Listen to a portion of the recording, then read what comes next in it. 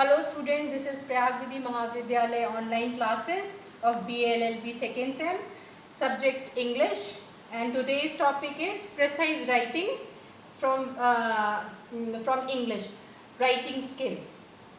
So precise writing क्या होती है, पहले सबसे पहले ये हम समझेंगे. It also improves our overall writing skills. It teaches us how to express our thought clearly, concisely and effectively.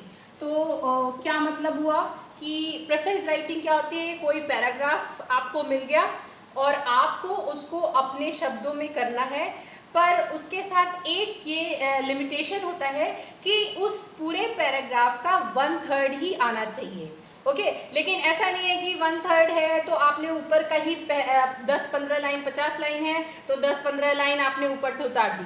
नहीं, ऐसा कुछ नहीं है. आपने उसको उस पूरे पैराग्राफ को पढ़ना है, उसका पूरा मीनिंग 15 लाइन में आ जाना चाहिए, या आपको इम्पॉर्टेंट जो उसके अंदर लगता है उसको उसमें लिखना ज़रूरी है, वो आपका उसमें आना चाहिए. उसे हम प्रेसाइज राइटिंग कहते हैं, है ना. इसको हम इस तरह से भी लेते हैं कि किसी चीज़ को किसी तरह के इवेंट को आपने किस तरह से जो बहुत ही बिजी इंसान है या बहुत लेजी है उसको आपने बड़े छोटे लाइंस में आपने उसको समझा दिया और उसको समझ में भी आ गया. So this is precise writing.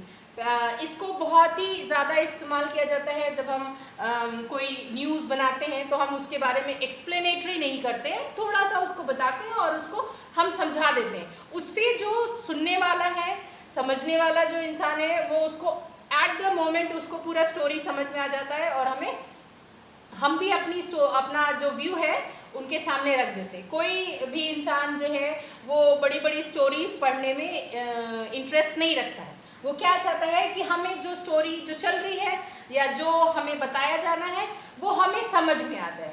यही है प्रेसाइज राइटिंग, या इसको हम इस तरह से कह सकते हैं इफेक्टिव राइटिंग.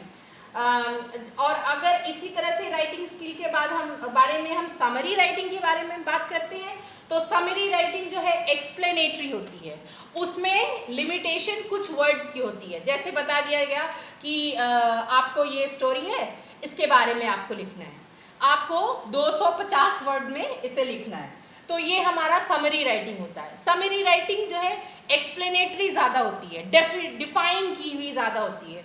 इसलिए हम प्रेसाइज राइटिंग और समरी राइटिंग के बीच में आसानी से डिफरेंस फाइंड आउट कर सकते हैं, आसानी से हम उसे बता सकते हैं. दूसरा ये चीज़ है, ओरिजिनल जो जिन्हें नहीं समझ में आता है उसको हम समरी से समझा सकते हैं. जैसे कभी कभी हम जब स्टोरी राइटिंग के बारे में हम जानते हैं कि जब लिखा जाता है तो उसमें कुछ ऐसे वर्ड्स का भी इस्तेमाल होता है जो आम इंसान की समझ में नहीं आता है, बट जब समरी उसको हम करके समझते हैं तो बड़ा ही आसान, सिंपल, लेंदी लैंग्वेज में हो जाता है. उन्हीं कुछ डिफ़िकल्ट वर्ड्स को हम एक्सप्लेन करके बताते हैं. इसी को हम समरी कहते हैं. समरी में आपका ऐसा हो जाता है, 3 तरह से उसे डिफाइन किया जा सकता है. पहला तो ये कि जो आपने स्टोरी पढ़ी है उसको इस तरह से समझाइए 250 वर्ड में, 150 वर्ड में, है ना. दूसरा ये हो जाता है कि आपने इसको पूरा स्टोरी को आप ऑथर या जो लिखने वाला है, स्टोरी लिखने वाला है, उसके पॉइंट ऑफ व्यू से समझाइए, है ना, कि आप वो क्या कहना चाह रहा था, वो क्या टॉपिक बोलना चाह रहा था और उसके मन में उस वक्त क्या चल रहा था. तो ये तरह का भी होता है समरी राइटिंग. नेक्स्ट हमारे पास एक कॉम्प्रिहेंशन राइटिंग होता है. समरी में ही हम उसे बोलते हैं कि आपने इसके टॉपिक को हम और क्या कह सकते हैं, इसको हम और क्या बना सकते थे, या इस पैराग्राफ की 60वीं या 70वीं लाइन पे ये लिखा हुआ है, इसका क्या मतलब हुआ. ये होता है हमारा कॉम्प्रिहेंसिव राइटिंग. तो प्रेसाइज और समरी में यही डिफरेंस है कि precis is to the point but clear and effective.